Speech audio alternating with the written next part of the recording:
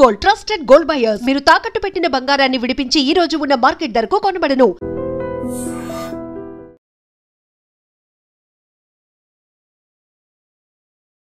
హరే కృష్ణ ప్రభుజీ. హరే కృష్ణ హరే కృష్ణ.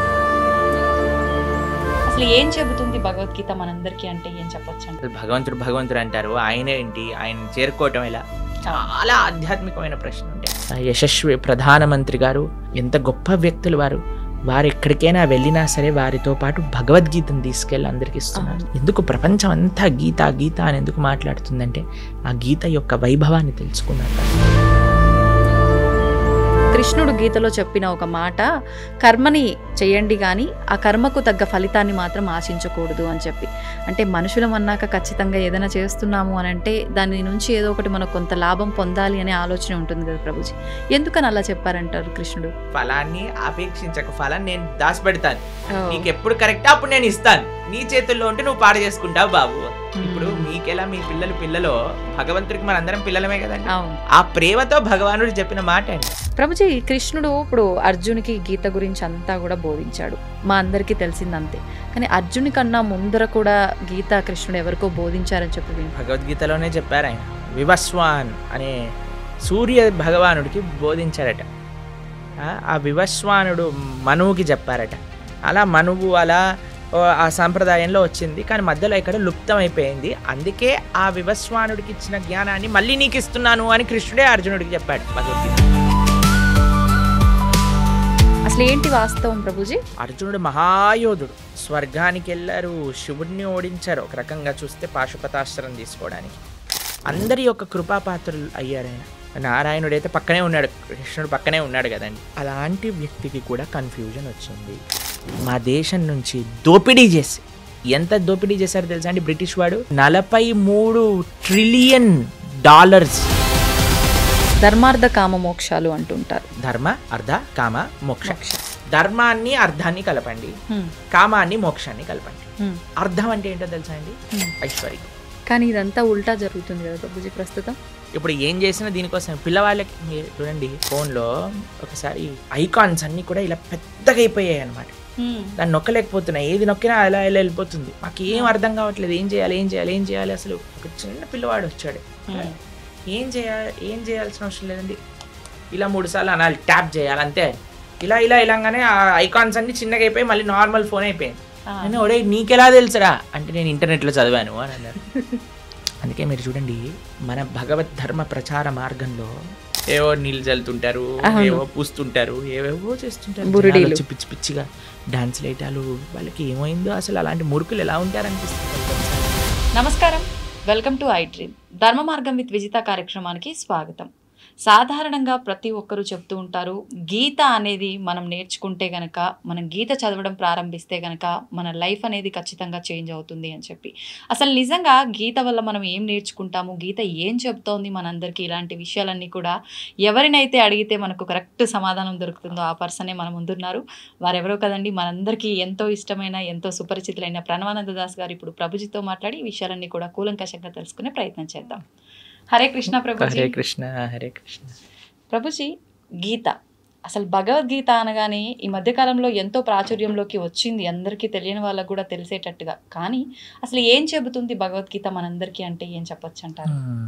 అసలు మనం ఏంటి, భగవంతుడు ఎవరు, మనకి భగవంతుడికి ఉండే సంబంధం ఏంటి, భగవంతుని ఎలా చేరుకోవాలి, అసలు ఈ ప్రపంచం ఏంటి? చాలామందికి ఈ ప్రశ్నలు ఉంటాయండి. ఈ ప్రపంచం ఏంటి, నేను ఎందుకున్నాను, ఈ ప్రపంచంలో నేను ఏం చేస్తున్నాను, అసలు నా కర్తవ్యం ఏంటి, అసలు భగవంతుడు అంటారు, ఆయన ఏంటి, ఆయన చేరుకోవటం ఎలా? చాలా ఆధ్యాత్మికమైన ప్రశ్నలు ఉంటాయి. లేదా చాలామందికి ఇంకొక రకమైన ప్రశ్నలు ఉంటాయండి. అరే నేను జీవితంలో మారాలనుకుంటున్నాను, మంచి మార్గంలో వెళ్ళటం ఎలా, దృఢ నిశ్చయం రావట్లేదు, చెడు అలవాట్లు ఉన్నాయని తెలుస్తుంది, వాటిని మానుకోవటం ఎలా, కొద్ది కోపం ఉన్నట్టుంది, దాన్ని తగ్గించుకోవటం ఎలా? ఎన్నో రకములైన ఉంటాయి. మనం ప్రపంచాన్ని అన్యాయాలు చూస్తున్నప్పుడు మనకు అనిపిస్తుంది, అరే ఈ అన్యాయం ఎందుకు జరుగుతుంది, అరే వీడికి ఇలా ఎందుకైంది, అయ్యో ఆయన అలా ఉంటాడు, ఆయన అంత గొప్పవాడు ఎలా అయిపోయాడు, ఇలాంటివి ఎన్నో ప్రశ్నలు ఉంటాయి. అసలు మీకు ఒక విషయం చెప్తాను, మనిషికి జీవనానికి సంబంధించిన ప్రతి ప్రశ్నను భగవద్గీత ఆన్సర్ చేస్తుంది. మనిషికి సంబంధించిన ఇప్పుడు లైఫ్ స్టైల్ అంటాం కదా, కొంతమంది రాస్తారు, లైఫ్ స్టైల్ అని. ఆ లైఫ్ స్టైల్కి సంబంధించిన ప్రతి విషయం, లైఫ్కి సంబంధించిన ప్రతి విషయం. మీరు అనుకోవచ్చు, అరే ప్రభుజీ భగవద్గీత యుద్ధ భూమిలో మాట్లాడింది కదా, అది జీవనాన్ని గురించి. యుద్ధంలో మాట్లాడినా భగవంతుడు జీవితం గురించి మాట్లాడాడు. మన చూడండి, మీకు ఒక విషయం చెప్తాను. మన డే టు డే జీవనం కూడా ఒక యుద్ధమే. అలా అనిపిస్తుందా మీకు? అనిపిస్తుంది కదా. ఎందుకంటే మనతో మనం యుద్ధం, మనసుతో యుద్ధం, ఇంట్లో వాళ్ళతో యుద్ధం, వర్క్ లైఫ్లో యుద్ధం, అదంతా కాంపిటీషన్, ఒక పోరాటమే కదండి. ఆ పోరాటంలో భగవంతుడు ఈ పోరాటాన్ని నెగ్గేది ఎలా అని అర్జునుడికి ఉపదేశం చేసింది భగవద్గీత. మీరు చూడండి, కొన్నిసార్లు మనం ఏదైనా వస్తువు కొన్నాం అనుకోండి, ఒక ఫోన్ కొన్నాము లేదా ఒక మషీన్ కొన్నాం అనుకోండి, దాంతోపాటు ఒక మాన్యువల్ వస్తుంది. మాన్యువల్ని చదివామనుకోండి, చాలా ఈజీ. ఏ బటన్ నొక్కితే ఎలా యూజ్ చేయాలి, ఏం చేయాలి, ఏది చేయాలని. మొన్న ఏమైందంటే మా ఫోన్లో ఒకసారి ఇలా ఏమంటారు, ఆ ఐకాన్స్ అన్నీ కూడా ఇలా పెద్దగా అయిపోయాయి అనమాట. దాన్ని నొక్కలేకపోతున్నా, ఏది నొక్కినా అలా వెళ్ళిపోతుంది. మాకు ఏం అర్థం కావట్లేదు, ఏం చేయాలి. అసలు చాలా కంగారు వేసింది. ఎందుకంటే మా సేవలో ఉంటాం కదా, సేవకు సంబంధించిన ఏదన్నా ఫోన్ వచ్చినా అటెండ్ అవ్వాలి. ప్లస్ మా గురువు గారి ప్రవచనాలన్నీ అందులోనే ఉంటాయి, శ్రవణం చేయడానికి ఉండదు మాకు. మేము కంగారు పడిపోతుంటే ఒక ఆయన అన్నారు, ఒక చిన్న పిల్లవాడు వచ్చాడు, ఏం చేయాల్సిన అవసరం లేదండి, ఇలా 3 సార్లు అనాలి, ట్యాప్ చేయాలి అంతే. ఇలాగానే ఆ ఐకాన్స్ అన్ని చిన్నగా అయిపోయి మళ్ళీ నార్మల్ ఫోన్ అయిపోయింది. నేను ఒడే నీకెలా తెలుసురా అంటే, నేను ఇంటర్నెట్లో చదివాను అని అన్నారు. చూడండి, మనకి దేనికైనా అవగాహన ఉందనుకోండి. నాకు చాలా పెద్ద ప్రాబ్లం అనిపించింది. ఫోన్ పోతే ప్రవచనాలు పోయాయి, కాంటాక్ట్స్ పోయాయి అని నేను కంగారు పడుతున్నా. కానీ చదివిన వాడు వచ్చాడు, ప్రశాంతంగా టిక్ టిక్ టిక్ అన్నాడు, ఫోన్ బాగా చేసేసాడు. అతనికి ఎంత సులువుగా అయిపోయింది, ఎందుకంటే దానిపైన అవగాహన ఉన్నది. కాబట్టి మన జీవితంలో మనకు కొన్నిసార్లు అవగాహన లేకపోయేసరికి కంగారు ఎక్కువైపోతుంది, టెన్షన్లు ఎక్కువైపోతాయి, ఏం చేయాలి అనిపిస్తుంటుంది, ఉక్కిరి బిక్కిరి అయిపోతా. కానీ అవగాహన తెలుసుకుంటే జీవితంలో ఈ కష్టం వచ్చినప్పుడు ఎలా ఉండాలి, ఈ ప్రశ్న వచ్చినప్పుడు దానికి సమాధానం ఏంటి, ఆ అవగాహన మనకి ఇచ్చేది ఎవరు? ఈ ప్రపంచాన్ని సృష్టి చేసిన వారే ఆ అవగాహన ఇచ్చారనుకోండి, ఇంకెంత బ్రహ్మాండంగా. ఇప్పుడు చూడండి, ఒక మెషిన్ ఎలా వాడాలని తయారు చేసిన వాడే ఇస్తాడు కదా. తయారు చేసిన వాడు ఇచ్చిన మాన్యువల్ని వదిలేసి అందరి ఇంట్లోకి వెళ్ళి, అరే నీకు ఇలా తెలుసారా అంటే వాడు చెప్పకపోవచ్చు, తప్పు చెప్పచ్చు, ఏదైనా చెప్పచ్చు. కానీ ఎవరైతే ఆ మెషిన్ తయారు చేశారో వాడిని అడిగితే ఎంత బెస్ట్ అండి. అదే భగవద్గీత. ప్రపంచాన్ని తయారు చేసిన వ్యక్తియే ప్రపంచం ఏంటి, నన్ను తయారు చేసిన వ్యక్తియే నువ్వేంటి, ఈ యొక్క కర్మాన్ని తయారు చేసిన వ్యక్తియే అసలు కర్మ ఏంటి, ఏం చేయాలి ఏం చేయకూడదు, మొత్తం అసలు జీవనానికి సంబంధించిన విషయాలన్నీ భగవద్గీతలో సాక్షాత్తుగా పరమాత్మ అర్జునుడికి చెప్పారు. అందుకే ప్రతి మనిషి, ప్రతి హిందువు కాదండి, ప్రతి మనిషి భగవద్గీత తెలుసుకొని తీరవలసినదే. చిన్న పిల్లల నుంచి వృద్ధుల వరకు ఎంత త్వరగా జీవితంలో మనం భగవద్గీత తెలుసుకోగలిగితే మన జీవనం అంత బాగుంటుంది. ఇప్పుడు చూడండి, మనం ఒక మెషిన్ తెచ్చాము, ఏదేదో వాడేసాము. ఒకసారి ఒకళ్ళు అడిగారనమాట, ఇది ఏంటి ప్రభుజీ లోపల పెట్టాము, బేక్ అవ్వట్లేదు అని. చాలాసేపు ఆలోచించి ఏమైందబ్బా అని మొత్తం పుష్ అని ఇట్లా పొంగింది, మళ్ళీ లోపలికి వెళ్ళిపోయింది అనమాట. అంత అయిపోయాక మొత్తం మాడిపోయింది, తీసేసరికి పొగలన్నీ వస్తున్నాయి. దాని తర్వాత మాన్యువల్ చదువుతున్నాయి. అది చేసిందంతా మాడిపోయాక చదవటం వల్ల ఏమి లాభం ఉంది చెప్పండి. తీసుకున్నప్పుడే చదివేసి లోపల పెట్టుంటే ఎంత బాగుండేది, కేక్ ఎంత బాగా వచ్చేది, అవునా కాదా చెప్పండి. అలానే జీవితం మొత్తం కష్టాలు పాలైపోయి, గొడవల పాలైపోయి, ఇబ్బందుల పాలైపోయి లాస్ట్కి ఎప్పుడో నేను భగవద్గీత చదువుతా అనటం ఎంత అన్యాయం చెప్పండి. అందుకే పిల్లలకి నేర్పించాలి రామాయణం, భగవద్గీత. అప్పుడు వాళ్ళు మంచి మార్గంలో వెళ్ళగలుగుతారు. అందుకోసమే మనము ఒక కార్యక్రమాన్ని చేపట్టామన్నమాట. 7 జూలై తొలి ఏకాదశి మరుసటి రోజు.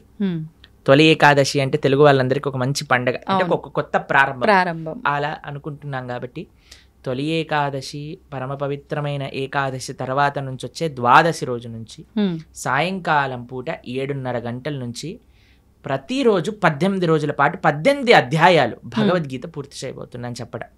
కాబట్టి ఎవరైతే మీ ప్రేక్షకులు ఉన్నారో చక్కగా అటెండ్ అయ్యారనుకోండి, మొత్తం భగవద్గీత ఏం చెప్తుంది, భగవానుడు మనకి ఏం చెప్పాలనుకుంటున్నా 18 రోజులు కేవలం రోజుకి 2 గంటలు ఇవ్వటం చేత అర్థమైపోతుంది. దాని తర్వాత జీవనం చాలా సులభం అవుతుంది. ఆ వినటము, విన్న వాటిని అర్థం చేసుకోవటం, అర్థం చేసుకున్న దాన్ని ఆచరించటం. ఇంకో విశేషం ఏంటంటే, ఎవరైతే ఈ 18 రోజులు కోర్స్ అటెండ్ అయ్యి మనం ఒక చిన్న క్విజ్ లాగా పెట్టబోతున్నాం, దాంట్లో అన్నింటిలో కరెక్ట్ మార్కులు వచ్చిన వాళ్ళందరికీ కూడా మనము ప్రత్యక్షంగా స్వామి యొక్క భగవత్ ప్రసాదం, జగన్నాథుడి యొక్క ప్రసాదం, దాంతోపాటు ఒక సర్టిఫికెట్ కూడా మనం సైన్ చేసి పంపించడం జరుగుతుందన్నమాట. ఆశీర్వచనంగా వారికి భగవద్గీత కోర్స్ 18 రోజులు పూర్తి చేశారు అనేటట్టుగా. కాబట్టి చక్కగా అందరూ ప్రేక్షకులకు ఒక మంచి అవకాశం, సదవకాశం. ఎందుకంటే ఇప్పుడిప్పుడే స్కూల్ స్టార్ట్ అయ్యాయి కదండి, మనకి ఇవే ఉండవు, ఇంకా హడావిడ్లే ఉండవు, పిల్లలకి ఎగ్జామ్లే ఉండవు. కాబట్టి చిన్న పిల్లల నుంచి పెద్దవాళ్ళ వరకు అందరు చక్కగా 7:30కి ప్రారంభం అవుతుందంటే ఆఫీస్ నుంచి వచ్చేస్తారు, అన్నిటి నుంచి వచ్చేస్తారు. కాబట్టి జాగ్రత్తగా ఒక 18 రోజులు కేవలం 2 గంటలు ఇవ్వటం చేత మంచి భగవద్గీత జ్ఞానాన్ని అర్థం చేసుకున్న వాళ్ళం అవుతాం. ఎందుకంటే అండి ప్రపంచంలో ఎక్కడికి వెళ్ళినా సరే భగవద్గీతను ఆదర్శంగా చూస్తున్నారు, భగవద్గీత నుంచి అందరు నేర్చుకుంటున్నారు. మనం సనాతన ధర్మంలో పుట్టి, భారతదేశంలో పుట్టి మనము ఆచరించకపోతే, అర్థం చేసుకోకపోతే ఎంత అన్యాయం చెప్పండి. నిజంగానే. కాబట్టి మీకు ఒక విషయం చెప్తాను. ప్రభుపాదుల వారు లండన్కి వెళ్ళారనమాట. లండన్కి వెళ్ళినప్పుడు అక్కడ ఉండే వాళ్ళందరూ అన్నారు, Swamiji why did you come to our country, మీరేం తీసుకెళ్ళడానికి వచ్చారు మా దేశానికి అన్నారు. అయితే ప్రభుపాదుల వారు అన్నారు అనమాట, మీరు మా దేశాన్ని అతలాకుతలం చేసి, మా దేశం నుంచి దోపిడీ చేసి, ఎంత దోపిడీ చేశారో తెలుసా అండి బ్రిటిష్ వాడు, 43 ట్రిలియన్ డాలర్స్ ఇక్కడ నుంచి దోపిడీ చేసి తీసుకెళ్ళాడు వాడు. అంటే అంత డబ్బు 43 ట్రిలియన్ డాలర్స్ వర్త్ చేసేవన్నీ కూడా దోపిడీ చేశారు. మేము లండన్కి వెళ్ళాం కదా మొన్న, అక్కడ లండన్ మ్యూజియం అని ఉంటుంది, బ్రిటిష్ మ్యూజియం అని ఉంటుంది అనమాట.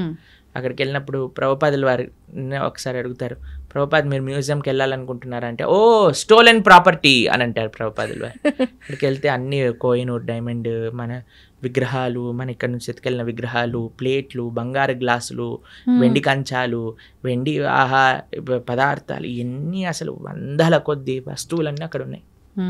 మన సంపద అంతా అక్కడ మ్యూజియంలో పెట్టారు. మనం ప్రపంచంలోనే అందరికి మార్గాన్ని చూపించి అంత గొప్ప దేశంగా ఉన్న మన దేశం పైన పీక్కొని వాళ్ళంతా లూటీ చేసి వాళ్ళ అనవసరమైన వాళ్ళకుండే అలవాట్లు, వాళ్ళకుండే పైశాచికత్వాన్ని అంతా జనాలకి అబ్బి, ఇప్పుడు కొంతమంది ఎలా తయారయ్యారటండి, బ్రిటిష్ వాడిని కీర్తిస్తున్నాడు. ఎందుకు సనాతన ధర్మానికి, ఎందుకు సనాతన ధర్మం అన్నిటికంటే సేఫ్ అంటే తల్లిదండ్రుల పట్ల, దేశం పట్ల, నీ యొక్క సమాజం పట్ల బాధ్యతని నేర్పిస్తున్న ధర్మం ఏదైనా ఉంటే అది సనాతన ధర్మమే.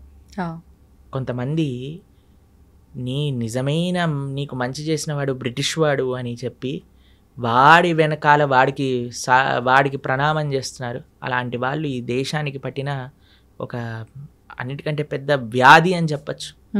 ఆ దేశాన్ని విభజన చేయడానికి ప్రయత్నం చేస్తున్నారు వాళ్ళు. కాబట్టి మన వాళ్ళు ఎలా మూర్ఖుల్లా వాళ్ళ వెనకాల పోతున్నారో నాకు తెలియదండి. దేశాన్ని అతలాకుతలం చేసి మొత్తం తీసుకెళ్ళిపోయారు ఇక్కడ నుంచి. అలాంటి ప్రభుపాదుల వారిని అడిగారు, మీరేం తీసుకోవడానికి వచ్చారు నా దేశం నుంచి అంటే ప్రభుపాదుల వారు అన్నారు, మీరు వందల సంవత్సరాలు లూటీ చేసి తీసుకెళ్లారు మా దగ్గర నుంచి, అన్నిటికంటే విలువైన వస్తువైన భగవద్గీతను తీసుకెళ్ళలేదు, భారతదేశ సనాతన ధర్మం యొక్క ఆధ్యాత్మికత తీసుకెళ్ళలేదు, కానీ నేను వచ్చాను అది ఇవ్వడానికి మీకు అని చెప్పారు. అది గొప్ప విషయం. ప్రపంచము భారతదేశం వైపు చూస్తుంది. మన యశస్వి ప్రధానమంత్రి గారు ఎంత గొప్ప వ్యక్తులు వారు ఎక్కడికైనా వెళ్ళినా సరే వారితో పాటు భగవద్గీతను తీసుకెళ్ళి అందరికి ఇస్తున్నారు. చూసారా? మొన్న కలిసినప్పుడు వారు అమెరికా, నాకు తెలిసి పంచతంత్ర శుభవిలాస్ ప్రభు అని ఉంటారు, మా ఆలయంలోనే ఉంటారు వారు. శుభవిలాస్ ప్రభు రాసిన పంచతంత్ర పుస్తకాన్ని గిఫ్ట్గా ఇచ్చారు, భగవద్గీతను గిఫ్ట్గా ఇస్తున్నారు. ఎందుకు ప్రపంచం అంతా గీత గీత అని ఎందుకు మాట్లాడుతుందంటే ఆ గీత యొక్క వైభవాన్ని తెలుసుకున్నారు కాబట్టి. మొన్న మేము ప్రపంచవ్యాప్తంగా మీరు అన్నారు కదా ఇందాక తిరిగి వచ్చాం, ఏం చెప్పాం? గీత గురించి. కాబట్టి మన హిందువులు సనాతన ధర్మంలో ఉండేవాళ్ళు ప్రాథమికంగా భగవద్గీతను నేర్చుకోవాల్సినదే. అప్పుడు ఎలా అయితే మనం అధ్యయనం చేస్తామో నేర్చుకుంటాం. అందుకే అందరికి సులభంగా అర్థమయ్యే విధంగా మనం ఈ కోర్స్ చేయబోతున్నాం 18 రోజులు, స్టార్టింగ్ విత్ 7th జూలై సోమవారం సాయంకాలం 7th to 24th చక్కగా ఆ భగవద్గీతను వింటే ఒక సర్టిఫికెట్ వస్తుంది. ఈ గీత చదువుకున్న వాళ్ళం అవుతాం, జీవితాన్ని మార్చుకున్న వాళ్ళం అవుతాం. వాస్తవం ప్రభుజీ. నిజంగా అంటే మంచి ఆలోచన ప్రభుజీ. ఇప్పుడు ఈ మధ్యకాలంలో భగవద్గీత చదవాలి, ఇంట్లో పెట్టుకున్నంత మాత్రాన సరిపోదు, ఖచ్చితంగా పుస్తకం తెరిచి అసలు ఏముందనే విషయాన్ని తెలుసుకునే ప్రయత్నం చేయాలి అంటారు. కానీ అంటే కొన్నిసార్లు పుస్తకం తీసి చదువుతున్నప్పటికీ అది ఎన్నోసార్లు చదివినా కొన్నిసార్లు అది అర్థం అవ్వదేమో. ఇలా క్లాసెస్ రూపంలో, మాటల రూపంలో వింటే దానిలో సారాంశం అనేది తొందరగా అర్థమవుతుంది. నిజంగా మీరు చేసిన చాలా మంచి ఆలోచన, అందరూ కూడా దాంట్లో పాల్గొనాలని ఆశిద్దాము.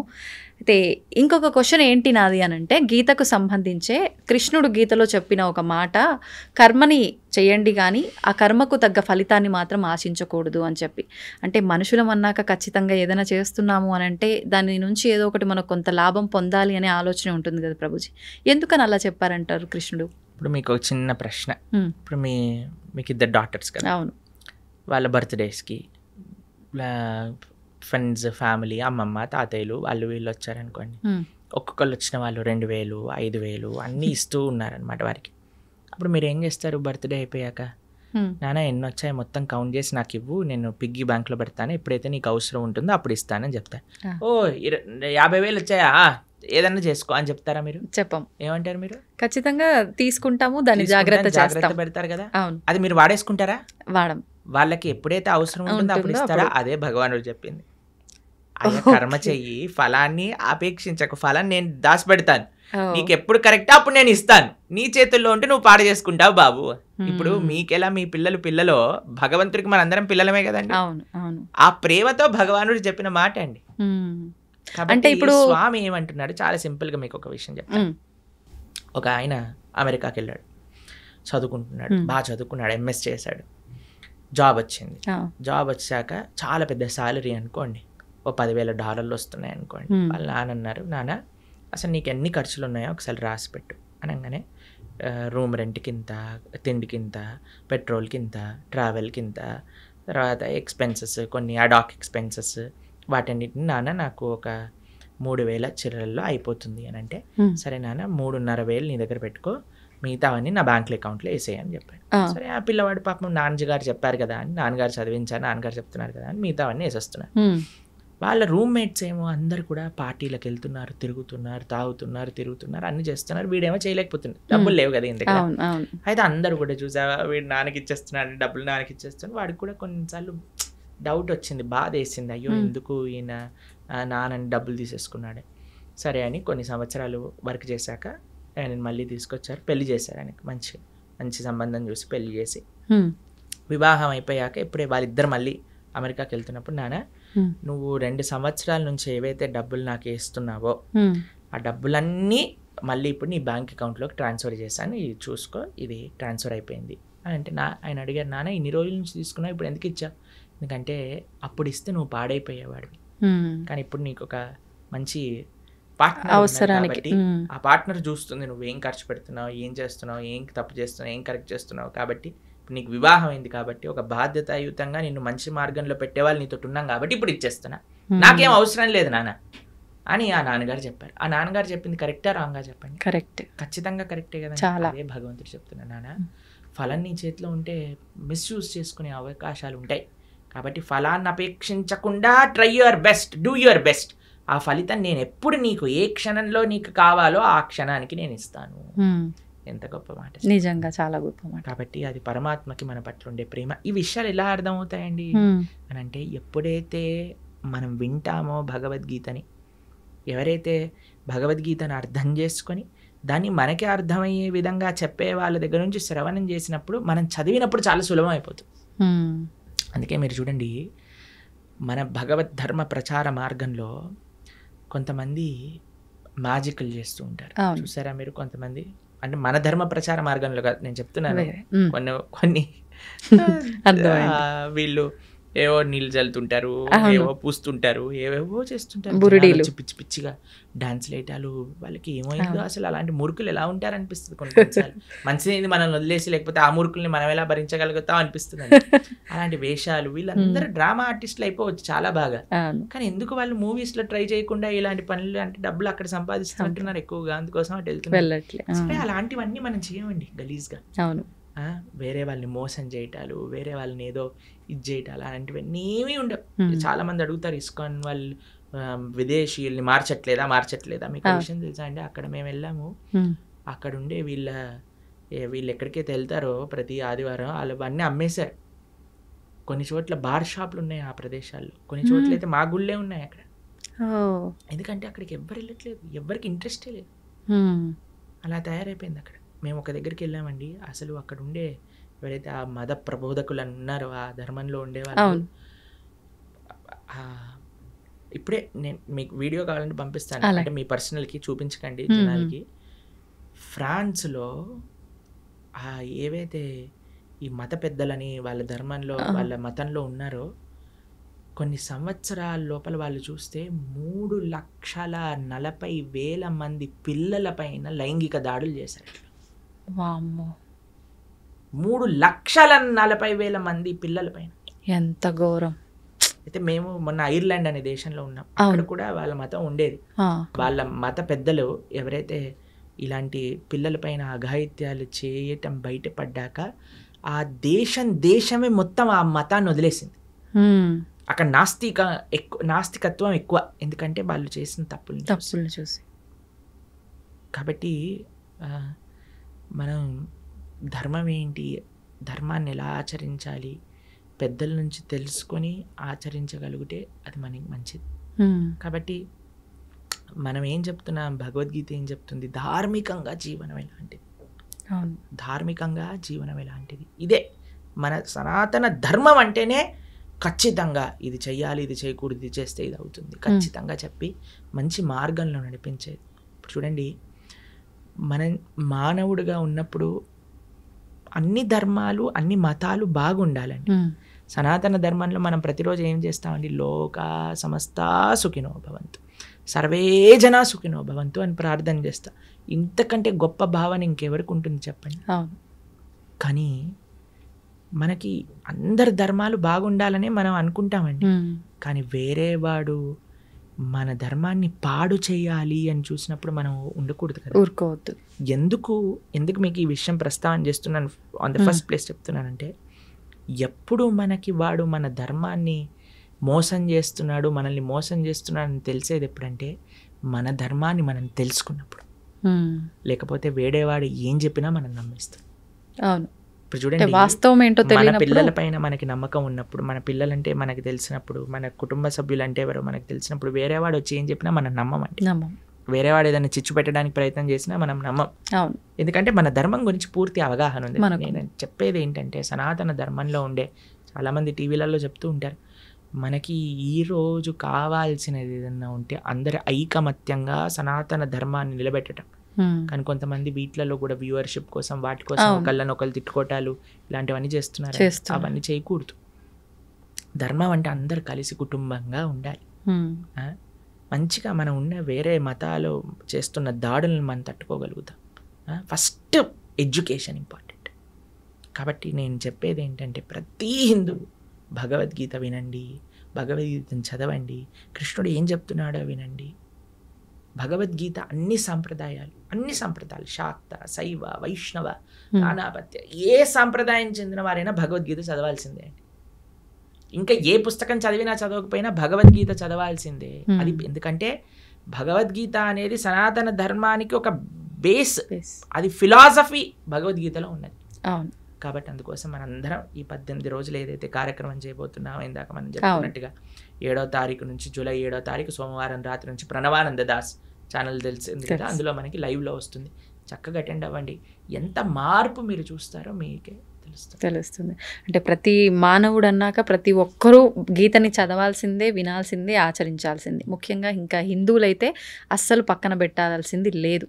ఖచ్చితంగా. అంటే ఇప్పుడు ఎన్నెన్నో ఇబ్బందులు పడుతున్నాము, ఎన్నెన్నో ఇలా ఉండకూడదు, అలా ఉంటే బాగుంటుందేమో అని అనిపించినప్పటికీ అసలు ఏంటి కరెక్ట్, మనం ఎక్కడి నుంచి స్టెప్ వేయొచ్చు, ఎలా వెళ్తే ధర్మంగా ఉంటుందని ఆలోచన వచ్చి కూడా తెలియక ఆగిపోయే వాళ్ళు ఉన్నారు. అటువంటి వాళ్ళందరికీ కూడా ఒక మంచి మార్గం దొరికిందనే చెప్పొచ్చు దీని ద్వారా.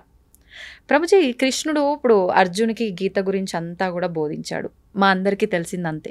కానీ అర్జుని కన్నా ముందర కూడా గీత కృష్ణుడు ఎవరికో బోధించారని చెప్పి వింటున్నాను. గీతలోనే చెప్పారు ఆయన, వివస్వాన్ అనే సూర్య భగవానుడికి బోధించారట. ఆ వివస్వానుడు మనువుకి చెప్పారట.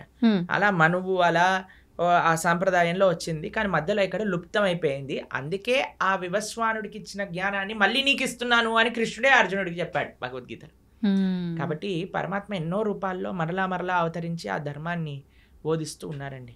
కాబట్టి మన ఆచార్యులు వేదవ్యాసుల వారు వ్యాసాయ విష్ణు రూపాయ వ్యాస రూపాయ విష్ణు ఆయన ఏం చేశారు, మహాభారతంలో మంచిగా ప్యాకేజింగ్ చేశారు. మన గిఫ్ట్ ప్యాక్ లో ఈసారి చూడండి కొంతమంది గమ్మత్తుగా ఆ డబ్బాలు ఓపెన్ చేయాలి, మళ్ళీ డబ్బా ఉంటుంది, ఆ డబ్బా ఓపెన్ చేయాలి, లోపల డబ్బా అలా డబ్బాలు తీసి తీసి తీసి తీసి లోపల ఏదో ఉంగరం ఏదో ఉంటుంది అనమాట, అది విలువైనది లోపల ఉంటుంది. అలా మహాభారతం మధ్యలో ప్యాకేజింగ్ చేశారు భగవద్గీత. ఎందుకంటే ఆ భగవద్గీత అత్యంత విలువైన రత్నం, అమూల్యమైన రత్నం అన్నమాట మనకి మహాభారతంలో లభించేది. కాబట్టి ఆ యొక్క విశేషం ఇందాక మీరు ఎలా అయితే అన్నారో ఆ అద్భుతము శ్రీకృష్ణ భగవానుడు భగవద్గీత రూపంలో మనకు అందించారు. కాబట్టి దాన్ని అధ్యయనం చేయటం, అర్జునుడికి ఉపదేశం చేశారు అంటే అర్జునుడి యొక్క మాధ్యమంగా అందరికీ ఉపదేశం.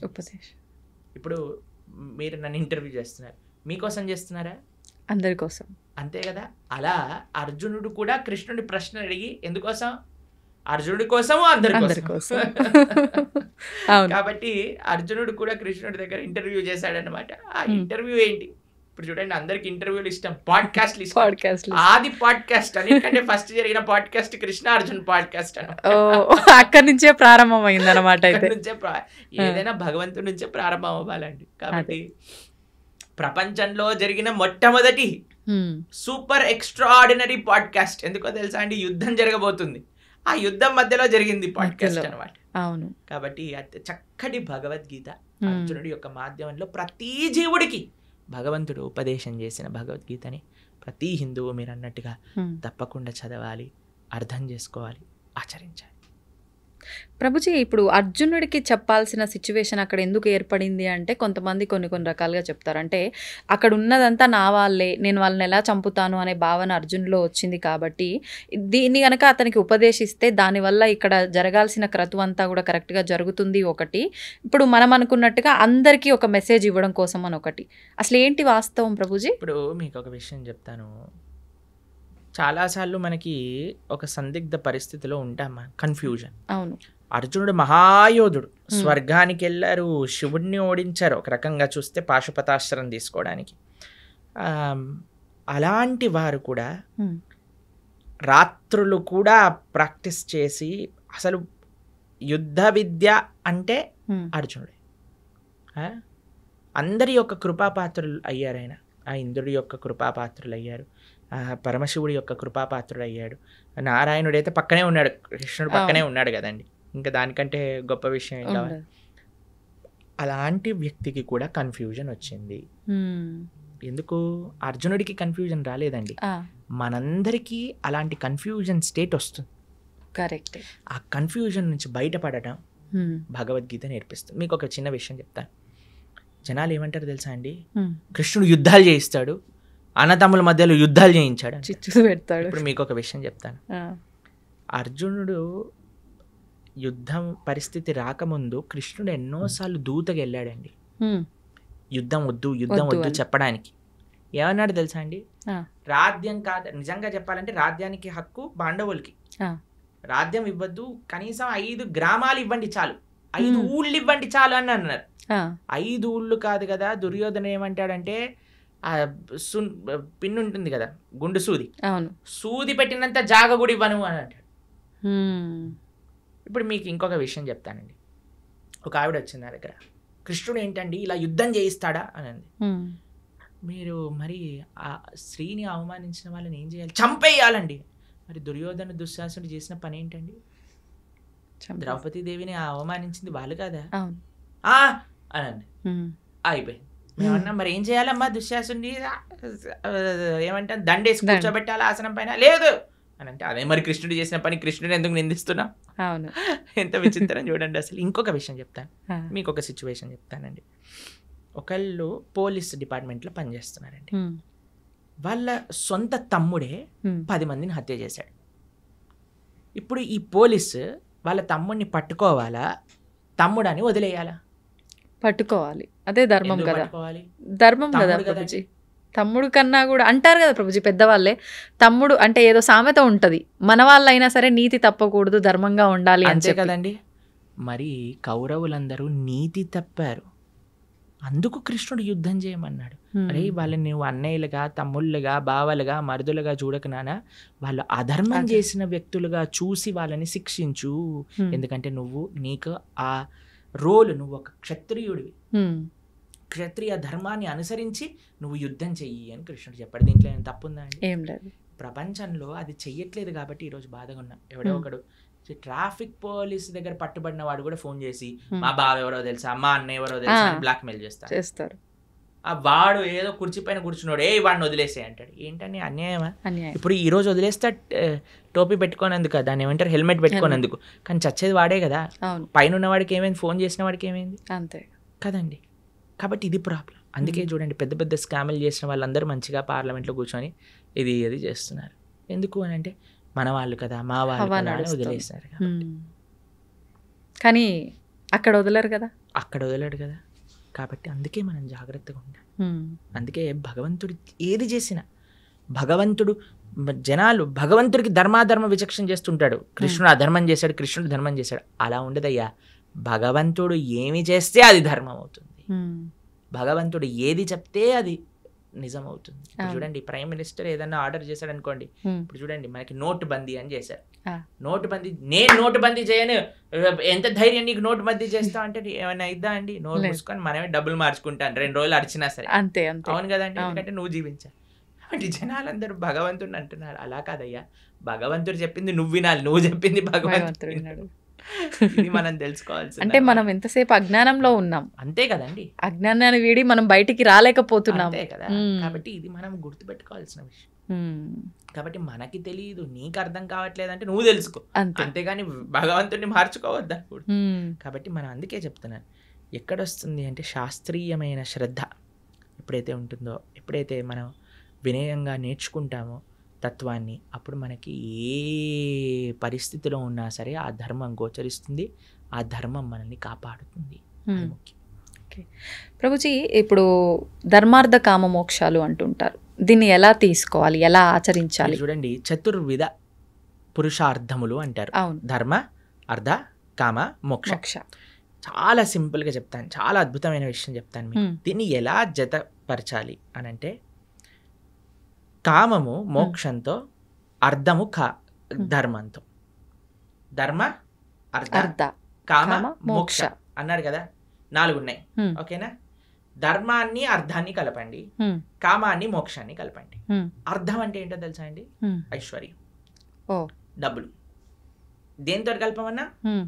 ధర్మంతో. అంటే మనం సంపాదించే ప్రతి రూపాయి కూడా ధార్మికంగా సంపాదించాలి, ధర్మం కోసం ఖర్చు పెట్టాలి. ఇదొక పాయింట్ అయిపోయిందా? కామము అంటే కోరిక. ఏం కోరుకోవాలి నువ్వు? ఈ జన్మ ఎలా తరింపజేసుకోవాలి, భగవంతుడి యొక్క శాశ్వతమైన సేవ ఎలా చేయాలి, అది మోక్షం. మోక్షం అంటే భగవంతుడి యొక్క శాశ్వతమైన సేవా స్థితిని పొందటం. వైకుంఠంలో, గోలోకంలో స్వామిని ఆరాధన చేసుకోవటం. ఎవరు మన భగవత్ స్వరూపంగా మనం భావించి ఆరాధన చేస్తున్నాము, స్వామి దగ్గరికి వెళ్ళి చక్కగా రామ, కృష్ణ, నరసింహ, నారాయణ వాళ్ళకి ఆరాధన చేసుకోవటం, నిరంతరం వారి యొక్క సేవలో ఉండటం. కాబట్టి కోరిక మోక్షం కోసం, అర్థం ధర్మంతో కలపడం. ఎప్పుడైతే ఇలా మనం ఉంటామో, ఎప్పుడైతే మనం ఇలా మనం చేస్తామో, ఎప్పుడైతే ఇలా మన జీవనం ఉంటుందో, ధార్మికంగా సంపాదించటం, ధర్మం కోసం వెచ్చించటం. కోరిక కేవలం భగవంతుని తెలుసుకోవటానికి, భగవంతుడి యొక్క సేవ కోసం ఎప్పుడైతే ఉంటామో అప్పుడే మానవుడు పరిపూర్ణ జీవనాన్ని జీవించేవాడు. ఈ విశేషాలన్నీ కూడా మనకి భగవద్గీతలో ఉంటాయి. కానీ ఇదంతా ఉల్టా జరుగుతుంది కదా ప్రభుజీ ప్రస్తుతం. అంతే కదండి, డబ్బు సంపాదించడం కోసమే కోరికల కోసం ఖర్చు పెట్టేస్తున్నారు. ధర్మము మోక్షం అయితే తెలియదు. అవును, ఇప్పుడు ఏం చేసినా దీనికోసం. పిల్లవాళ్ళకి మీరు చూడండి, బాగా చదువుకోవాలి నాన్న, అప్పుడే డబ్బులు బాగా వస్తాయి, డబ్బులు బాగా వస్తే సుఖంగా ఉంటావు. చిన్నప్పటి నుంచి వాడికి 2 విషయాలు చెప్తున్నాం కదండి. బాగా సంపాదించి మంచి జాబ్ వస్తే మంచి పెళ్ళాం ఉంటుంది, కథం అయిపోయి జీవితం నీకు నచ్చినట్టుగా ఉండగలుగుతావు అయిపోయింది. జీవితాన్ని అన్యాయం అక్కడ. చిన్న పిల్లవాడికి డబ్బులు సంపాదించు సుఖంగా ఉండి ఈ 2 విషయాలు చెప్పి పెంచితే రేపు పొద్దున వాడికి డబ్బులు సంపాదించలేని పరిస్థితి ఒకవేళ వచ్చింది అనుకోండి, వాడు చచ్చిపోదాం అనుకుంటున్నాడు. మళ్ళీ వాడు ఇంకా వేరే దారుల్లో ఎలా అయినా డబ్బు సంపాదించే ప్రయత్నం కూడా చేస్తాడు. అంతే కదండి. ఇప్పుడు బెట్టింగ్లన్నీ ఎందుకు చేస్తున్నారు, ఇప్పుడు ఈ యాప్లన్నీ ఎందుకు వస్తున్నాయి, ఎందుకు ఇంతమంది? నేను కాలేజ్లో ఇంజనీరింగ్ చదువుతున్న రోజులలో ఎంతమంది అండి బెట్టింగ్లు పెట్టి ఇంట్లోంచి లక్షలు డబ్బులు తెచ్చి అక్కడ పెట్టేసి కొట్లాడుకొని నెత్తుర్లు వచ్చి పెద్ద పెద్ద గ్యాంగులు ఏర్పడి, అసలు ఎంత అన్యాయం అంటే అంత అన్యాయం. ఎందుకోసం అండి? డబ్బులు ఉంటే సుఖంగా, డబ్బులు అవసరమే అండి. ఎవరు చెప్పలేమండి డబ్బులు ఉండకూడదు, డబ్బులు లేవు, కష్టపడు, ధార్మికంగా ఉండు. అన్నిటికంటే మీకు ఏం తెలుసా అండి, డబ్బుల కంటే ముఖ్యం స్వాంతన అంటే సాటిస్ఫాక్షన్. ఎంతున్నా సరే దాంట్లో సుఖంగా ఉండేవాడు కదండి.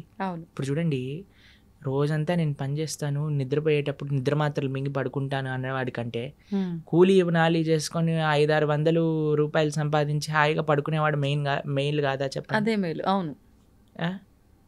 కాబట్టి ఇప్పుడు హోటళ్లలోకి వెళ్ళి తిని దాన్ని డైజెస్ట్ చేసుకోవడానికి మెడిసిన్లు వేసుకొని ఇలా ఉండే బ్రతికేవాడికైనా చద్దన్నము మజ్జిగ కారము పెట్టుకొని తినేవాడు, ఆ అన్నం కరెక్ట్గా ఒక పూట కడుపులో టైంకి తినేవాడు మంచివాడు కాదంటారా చెప్పండి? కాబట్టి సుఖం ఎక్కడుంది అంటే నీ భావనలో ఉన్నది. స్వాంతన అది ముఖ్యం. అన్ని కోట్లుగా సంపాదించి సుఖం లేదు స్వాంతన లేదు అన్నవాడికి మనం ఏం చేయగలుగుతాం చెప్పి. కాబట్టి భగవద్గీత ఒక ఓవరాల్ ఒక మంచి కంప్లీట్నెస్ని జీవితానికి ఇస్తుంది. అందుకే మనకి భగవద్గీత యొక్క విశేషం ఎన్నోసార్లు చెప్పుకున్నా. అందుకే మనం అనుకుంటున్నాం ఈ సంవత్సరం ఈ జూలై 7వ తారీఖు నుంచి ఈ 18 రోజులు భగవద్గీత కోర్స్ చేయటం వల్ల కనీసం యువత, ఎవరైనా చిన్నపిల్లలు పెద్దవాళ్ళు మిగతా ముఖ్యంగా యువకులు కానీ చక్కగా వచ్చి, అందుకే మీ ప్రేక్షకులందరికీ చెప్పేది ఏంటంటే, ఇంటిల్లి పాది ఎలా అయితే మీరు సీరియల్లను చూస్తారో, ఆ రియాలిటీ షోలను చూస్తారో అందరు కూర్చొని, ఆ సినిమాలు ఎలా అయితే చూస్తారో, న్యూస్ ఎలా అయితే చూస్తారో, అలా ఇంటిల్లి పాది కూర్చొని భగవద్గీత కూడా శ్రవణం చేయండి. ఆ శ్రవణం చేయగలిగితే మొత్తం ఇల్లంతా ఒక మంచి మార్పుని పొందుతుంది, దాంట్లో ఎటువంటి సందేహం లేదు. కాబట్టి ఈ యొక్క కోర్సు జూలై 7వ తారీఖు ప్రణవానంద దాస్ ఛానల్లో 7:30కి సాయంకాలం 7:30 నుంచి 9 గంటల వరకు చక్కగా శ్రవణం చేయండి. ఎన్నో మంచి మార్పులు మీరే మళ్ళీ మాకు చెప్తారు. అది తప్పకుండా ఆ కోర్సులో కలుసుకునే ప్రయత్నం చేద్దాం. మీరు కూడా రావడానికి ప్రయత్నం చేస్తామన్నారు, అవును కదా? ప్రయత్నిస్తాను రావడానికి, వీలైతే వస్తాను. ప్రభుజీ, మనకు అతి త్వరలోనే తొలి ఏకాదశి రాబోతుంది. ఇందాక మీరే చెప్పారు. అసలు ఏంటి తొలి ఏకాదశి అంటే? మన సనాతన ధర్మంలో ఏకాదశికి ఒక ప్రాధాన్యత ఉంది, దాని గురించి ఒక్కసారి వివరంగా. ఏకాదశి అత్యంత పరమ పవిత్రమైన రోజు. ఏకాదశి ఉపవాసం, ఏకాదశి వ్రతం చేయకుండా ఎవ్వరు ఉండకూడదు. ఏకాదశి వ్రతం చేస్తే అన్ని వ్రతాలు, నోములు, పూజలు చేసిన ఫలితం వస్తుంది. ఏకాదశి వ్రతం చేయకుండా ఎన్ని చేసినా ఫలితం ఉండదు. అత్యంత ముఖ్యమైన వ్రతం హిందువుకి, సనాతన ధర్మానికి చెందిన వాళ్ళకి ఏదైనా ఉంటే అది ఏకాదశి వ్రతం. ఉపవాసము అంటారు. దగ్గరగా ఉండుట, భగవంతుడి దగ్గరగా ఉండుట, చక్కగా జపం చేసుకోవటం, భగవంతుడికి ఆరాధన చేయటం. ఏకాదశి ఉపవాసం ఎందుకు చేయాలి, ఎలా చేయాలి అని ప్రణవానంద దాస్ ఛానల్లో 2 వీడియోలు ఉన్నాయి, గంట సేపు. ఆ 2 చూసారనుకోండి, మొత్తం ఏకాదశికి సంబంధించిన మొత్తం తెలిసిపోతుంది. ఎందుకంటే అండి, ఏకాదశి చేయటం అనేది చాలా ముఖ్యం. ఎందుకంటే భగవత్ ప్రీత్యర్థం మన జీవితం ఉండాలి. భగవంతుడికి అత్యంత పరమ ప్రియమైన రోజు ఏదన్నా ఉంటే అది ఏకాదశి. భగవంతుడికే ప్రియమైన భక్తి అంటాం కదండి మనం. భక్తి జనని అంటే భక్తిని జనింపజేస్తుందట, మనందరికి ప్రధానిస్తుందట. ఆ రోజు ఏది అంటే ఏకాదశి. ఏకాదశి వ్రతం చేయటం చేత భక్తి వర్ధిల్లుతుంది, భక్తి పెరుగుతుంది, భక్తి వస్తుంది అని చెప్తారు. కాబట్టి అలాంటి ఏకాదశి వ్రతం చేయటంలో అత్యంత సావధానంగా ఉండాలి మనందరం. పాపం ఎవరైనా ప్రభుజీ ఇంతవరకు చేయలేదండి, ప్రారంభం చేస్తా, ఎప్పుడు చేయాలి అని అన్నారనుకోండి, తొలి ఏకాదశి లేదా దేవశయని ఏకాదశి అంటారు దీన్ని. భగవంతుడు ఆ రోజు యోగ నిద్రలోకి వెళ్తారట. గురక నిద్ర కాదు, యోగ నిద్రలోకి వెళ్తారు స్వామి తొలి ఏకాదశి రోజున. పార్శ్వ ఏకాదశి రోజు ఒక చేతి నుంచి ఇంకో చేతికి మారుతారనమాట. ఇలా మారుతాం కదా. అవును అవును. దాని తర్వాత ఉత్థాన ఏకాదశి రోజు భగవంతుడు లేస్తారట. పడుకోవటం అంటే అని నిద్రపోవటం కాదు, ఆయన యోగ నిద్ర. అంటే అంతరాత్మయి పరమాత్మ రూపంలో అందరినీ చూస్తూ ఉంటారు. ఇప్పుడు చూడండి, చిన్నప్పుడు ఎవరైనా మనల్ని ఇది చేయడానికి వచ్చారనుకోండి, వెంటనే కళ్ళు మూసుకొని పడుకున్నట్టు యాక్టింగ్ చేస్తారు. అప్పుడు వాళ్ళు ఏం చేస్తున్నారో చూస్తాను అనమాట. పర్వాలేదు బాగానే ఉన్నారన్న కలుపు తెచ్చి వచ్చారా మీరు అని అంట. లేకపోతే వాడు ఏదైనా తేడా చేశాడు అనుకోండి, వెంటనే మనం ఇది చేస్తాం. అవునా కాదు? అలాంటివి చేస్తూ ఉండే అట్లా భగవంతుడు కూడా చూస్తున్నాడు అనమాట. ఏం చేస్తాడు వీడు నిద్రపోయినప్పుడు అని. కాబట్టి ఈ 4 నెలలు కూడా చాతుర్మాస్యము అని అంటారు. వ్రతం పడతారు, యతీశ్వరులు వ్రతం పడతారు. అందరూ వ్రతం ఉంటుంది. ఎవరెవరికి ఆశ్రమ నియమం ప్రకారంగా నియమాలు ఉంటాయి. 4 వస్తువులు మానేయాలి అని చెప్తారనమాట. 1 నెల పెరుగు, తర్వాత పాలు, తర్వాత పాలకూర ఇత్యాది ఆకుకూరలు, దాని తర్వాత మినప్పప్పు. ఇలా 4 నెలలు ఒక్కొక్క ద్రవ్యాన్ని విడిచి ధార్మికంగా ఆధ్యాత్మిక కార్యక్రమాలు చేస్తూ అలా ఉండాలి అని చెప్తారు. కాబట్టి చాతుర్మాసం అనేది అత్యంత పరమ పవిత్రమైన మాసం. భగవంతుడి యోగ నిద్రలోకి ప్రవేశించే రోజు తొలి ఏకాదశి, ఆషాఢీ ఏకాదశి, ఆషాఢ మాసంలో వచ్చే ఏకాదశి. పండరీపురంలో పెద్ద ఉత్సవం చేస్తారనమాట. ఈ ఏకాదశికి లక్షల మంది, 10-15 లక్షల మంది వచ్చి దర్శనం చేసుకుంటారు. భగవాన్ ఉన్న రోజు పండరీపురంలో లక్షల మంది తుకారాం మహారాజ్ పుట్టిన ప్రదేశం, జ్ఞానేశ్వర్ మహారాజ్ పుట్టిన ప్రదేశం నుంచి నడుచుకుంటూ పాదయాత్రగా 20 రోజులు పాదయాత్ర చేసి పండరీపురాన్ని చేరుకుంటారు. చేరుకొని గొప్ప ఉత్సవం, దిండి యాత్ర, దేహు యాత్ర అంటారనమాట. చాలా అద్భుతమైన ఉత్సవం అక్కడ జరుగుతుంది. ఇది దేవశయని ఏకాదశి, తొలి ఏకాదశి అని మనకి ఈ జూలై 6వ తారీఖున వస్తుంది. తొలి ఏకాదశి మరుసటి రోజు ద్వాదశి నుంచి మనం ఈ కార్యక్రమాన్ని ప్రారంభం చేసుకుంటున్నాం, భగవద్గీత కార్యక్రమం. ఎందుకంటే తొలి ఏకాదశి, ఒక ఏకాదశి రోజు మంచి కార్యక్రమం మనం ప్రారంభం చేసుకోవాలి. ఆ స్వామికి ప్రార్థన చేసి ఉపవాసం చేసి దీక్ష పట్టి నెక్స్ట్ డే నుంచి ద్వాదశి నుంచి పరమ పవిత్రం. ఏకాదశి ఎంత గొప్పదో ద్వాదశి ఎంత గొప్పది. ఆ ద్వాదశి రోజు నుంచి మనం భగవద్గీత ప్రవచనం అనేది ప్రారంభం చేస్తున్నా. 18 రోజులు 18 అధ్యాయాలు భగవద్గీత. ప్రతిరోజు సాయంకాలం 7:30 గంటకి ప్రణవానంద దాస్ ఛానల్లో మనం వీక్షించవచ్చు అనమాట. అది విశేషం. తప్పకుండా ప్రభుజీ, నిజంగా అందరూ ఆ లైవ్కి వస్తారని చెప్పి ఆశిస్తున్నాను. నిజంగా అంటే ప్రతి ఒక్కరిలో ఉంటుంది అలాంటి మంచి మంచి విషయాలు వినాలి అని చెప్పి. అందులోనూ మీరు చెప్తుంటే వినాలని ఆసక్తి చూపించేవారు కూడా చాలా ఎక్కువ మందే ఉన్నారు ఇప్పుడు. సంతోషం ప్రభుజీ, మరొక మంచి ఎపిసోడ్లో మరిన్ని మంచి విషయాలు మీతో మాట్లాడాలని ఆశిస్తున్నాను. ధన్యవాదాలు. హరే కృష్ణ.